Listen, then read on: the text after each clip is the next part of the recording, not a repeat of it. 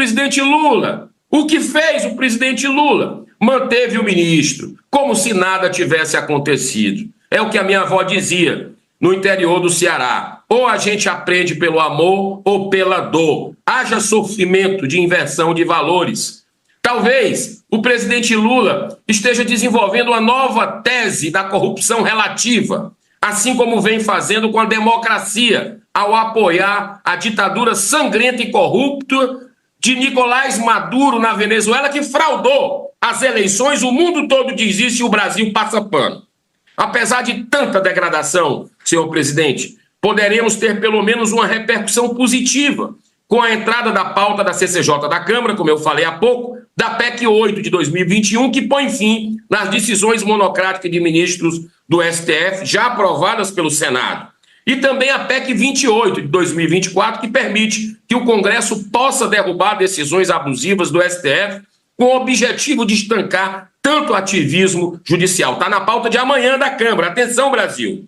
Essa reunião, senhor presidente, esse almoço indecoroso, aconteceu num momento muito grave, em que um enorme terremoto jurídico, político e principalmente moral está em curso com as novas e gravíssimas denúncias de abuso de autoridade praticadas por Alexandre de Moraes, que na semana passada abriu um novo inquérito sigiloso para apurar o vazamento de mensagens trocadas entre seus assessores e o TSE. A Polícia Federal intimou para depor o ex-chefe da Assessoria Especial de Enfrentamento à Desinformação, Eduardo Tagliaferro, e também a sua esposa. No entanto, em sessão do STF, o ministro disse, abro aspas, nenhuma das matérias publicadas preocupa meu gabinete e nem a lisura dos procedimentos. Olha só, o desdém. Os ministros Barroso e Gilmar Mendes manifestaram apoio irrestrito a Moraes. Já o advogado de defesa de Tagliaferro, Eduardo Cuntes, pediu acesso total aos elementos de informação que instruem o procedimento. Em resumo, ao invés da Polícia Federal estar investigando os procedimentos ilegais entre o gabinete do ministro e o TSE, está investigando apenas o vazamento para a imprensa das denúncias escandalosas. É uma inversão completa de valores. Mas tem uma coisa, a soberba precede a queda. E eu já percebo, né, que a bolha furou com relação à percepção dos brasileiros do que está acontecendo em nosso país, né? É uma completa, senhor presidente, inversão de valores que pode ser traduzida pela seguinte paródia dos absurdos. Abro aspas. Alexandre de Moraes resolveu investigar o vazamento de mensagens que mostram que Alexandre de Moraes e sua equipe fraudavam, que Alexandre de Moraes era fonte anônima, que o próprio Moraes julgava. E para isso, o ministro Moraes abriu outro inquérito sigiloso relatado por ele mesmo.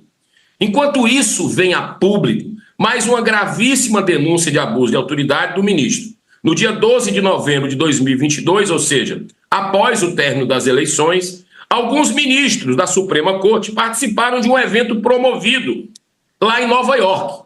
Vamos aqui reproduzir o trecho mais importante de um novo diálogo entre o juiz, auxiliar do ministro Ayrton Vieira, e Eduardo Tagliaferro, a pedido o perito do TSE, se referindo ao ex-deputado estadual Homero Marques. Abro aspas, o Ayrton dizendo, você consegue identificar e bloquear? O ministro pediu urgência. Aí o Tagliaferro, que deu uma importantíssima entrevista para a Revista Oeste, mostrando as entranhas da podridão que estava acontecendo nesse processo todo ilegal, diz o seguinte, não sei como bloquear pelo TSE, porque não fala nada de eleições.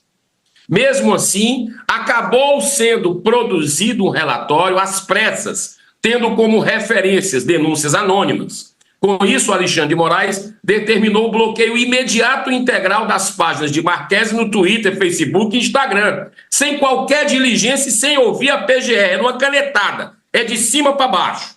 Para embasar tal decisão arbitrária, o ministro se utilizou do famigerado inquérito das fake news.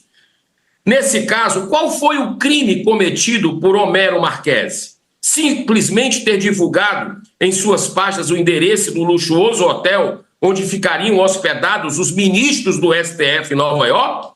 Segundo Moraes, tal divulgação configuraria a incitação pública para a prática de crimes e emprego da violência ou ameaça visando abolir o Estado democrático de direito. Parece piada, mas não é.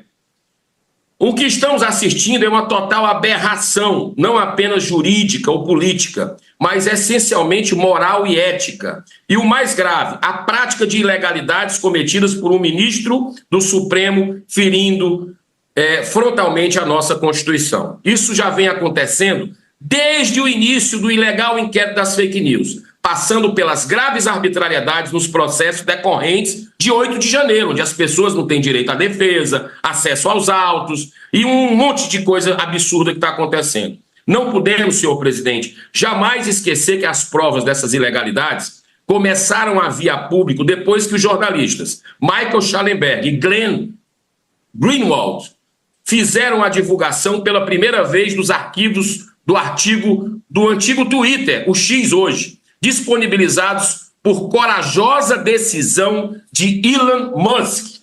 Para finalizar, senhor presidente, portanto, essas importantes e necessárias publicações feitas pela Folha de São Paulo só fazem reforçar um procedimento ilegal de um ministro do Supremo que se utiliza das estruturas do poder público para promover a censura no Brasil e a perseguição política a quem pensa diferente dele, a quem critica esse sistema apodrecido contra aqueles que democraticamente fazem críticas, né? Então, aos abusos. É isso que está acontecendo. E volto mais uma vez a repetir que só o Senado Federal tem o poder constitucional de coibir tais ilegalidades através da abertura de um processo de impeachment do ministro Moraes. O novo pedido, que é um super pedido de impeachment robusto, cheio de itens onde houve flagrante abuso, né, está fundamentado em mais de 20 laudas e já recebeu o apoio de 1.109.024 pessoas até 10 minutos atrás.